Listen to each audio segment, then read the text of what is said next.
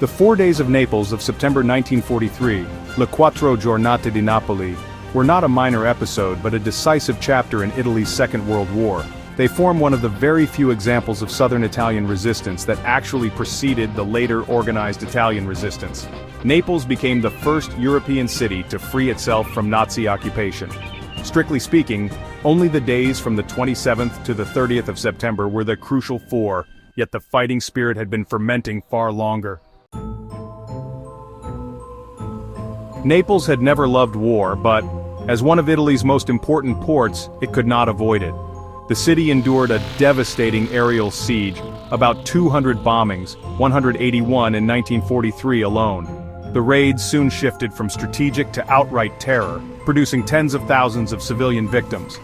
A single strike on the 4th of August 1943 killed 3,000 Neapolitans. At the war's outbreak in 1940, the metropolitan area counted nearly 1.7 million inhabitants, Italy's largest. Families lived for months in air raid shelters that replaced homes, hospital wards, and street life. When the bombing intensified, medical aid collapsed, clean water vanished. Soon a severe typhus epidemic spread, together with diphtheria and other infectious diseases. Lice and bedbugs infested every corner. Amid this misery, an ill-equipped and poorly motivated Italian army kept losing battle after battle. The truth behind Bertolt Brecht's line was clear: "Sfortunato quel popolo che ha bisogno di eroi," unhappy the nation that needs heroes. The secret Italian armistice with the Allies was signed at Castel on the 3rd of September 1943, but announced only at 1845 on the 8th of September. Over crackling radio waves, Marshal Pietro Badoglio declared, Pietro Badoglio, voice actor.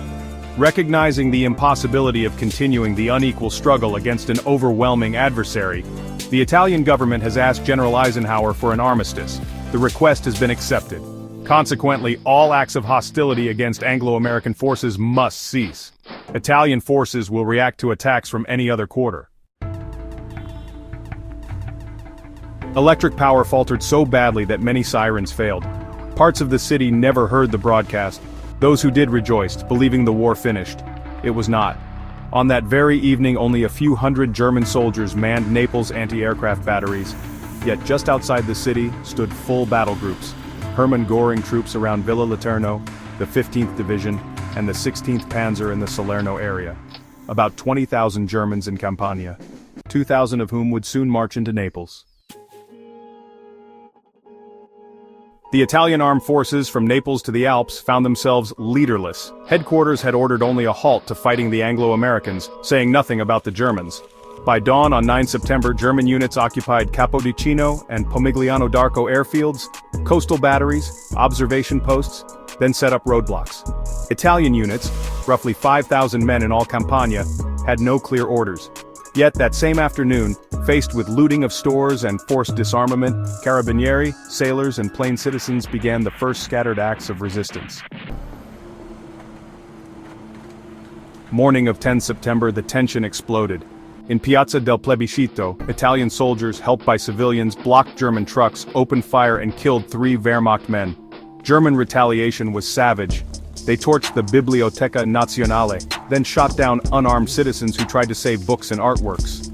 Colonel Walter Hans Scholl, now overall commander, ordered every ship in the harbor scuttled and proclaimed a rigid state of siege.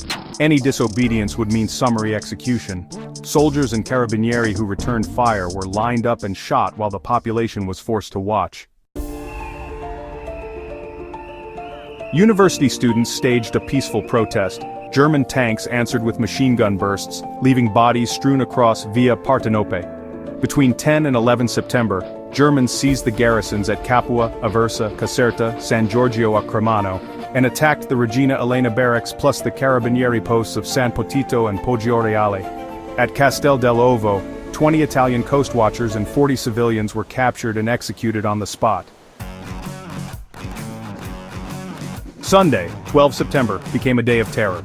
6 Italian soldiers lay in pools of blood on Via San Aspreno. 600 German troops surrounded the university complex, using tanks for target practice on its windows before setting entire faculties ablaze. Over 6,000 civilians were rounded up, watches and wallets were stripped away. Looting began in nearby shops. Scholl posted a draconian order: anyone acting openly or covertly against German forces would be shot. For every wounded German, 100 Italians would pay. On 23 September, a new poster appeared. All males aged 18 to 35 must report within 24 hours for lavoro obbligatorio, forced labor. Out of more than 30,000, only about 150 obeyed. The Germans launched street sweeps, hundreds were arrested for deportation. Naples now understood that obedience meant exile or death. The only road left was rebellion, and the fuse was about to ignite on 27 September. Dawn of 27 September, 1943. The city awoke to the roar of green-gray German trucks. No tram rang a bell, not even a bicycle moved. In via Santa Brigida un carabiniere ed un gruppo di cittadini riuscirono a catturare alcuni militari tedeschi. A policeman and passers-by seized a German patrol. Shooting erupted at the Royal Palace and at the mouth of the Vittoria Tunnel. When soldiers tried to push men onto lorries, le Don di Napoli struck. Dai balconi pioveva di tutto.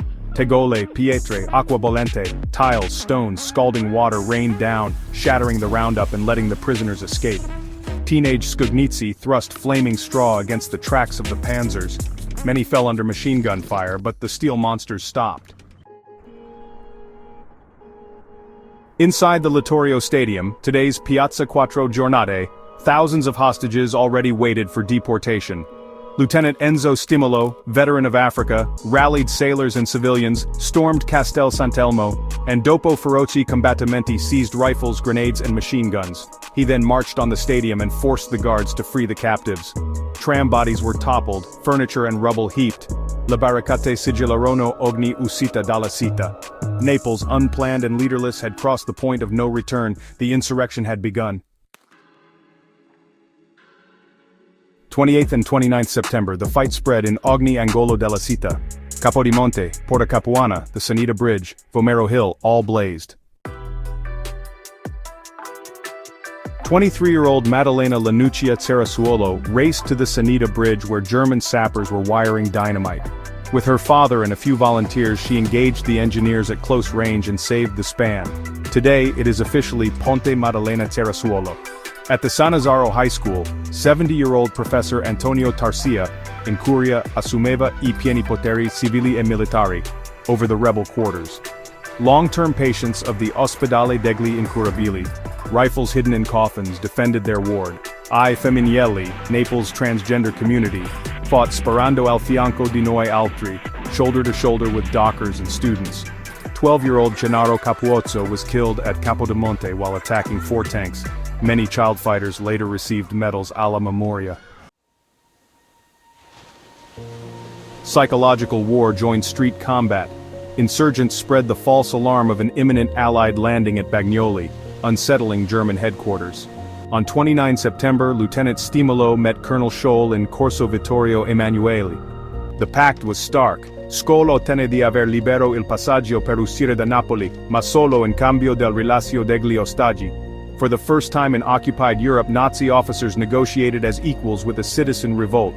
30 September to 1 October, cannon on Capodimonte still hurled shells, yet at 9:30 on 1 October the last Wehrmacht columns rolled north, verbalmente befeggiati ma non disturbati. Hours later, the first Allied vanguards entered a city waving soot-blackened tricolors from shattered balconies.